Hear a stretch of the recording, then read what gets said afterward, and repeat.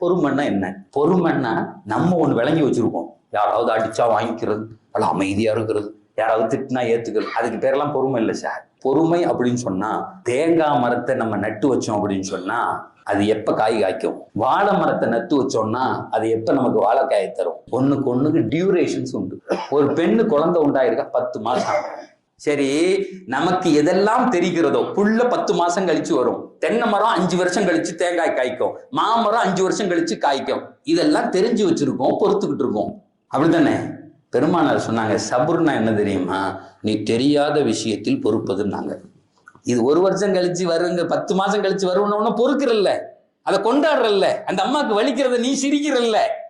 பெருமானார் சொன்னாங்க, சபுர் அப்படின்னா என்ன அர்த்தம் தெரியுமா? சிஸ்டத்தோடு பொருந்தி போவதுன்னாங்க. உனக்கு எதுக்கெல்லாம் டியூரேஷன் தெரியலையோ, காலம் வரலன்னு சந்தோஷமா இருக்கணும்.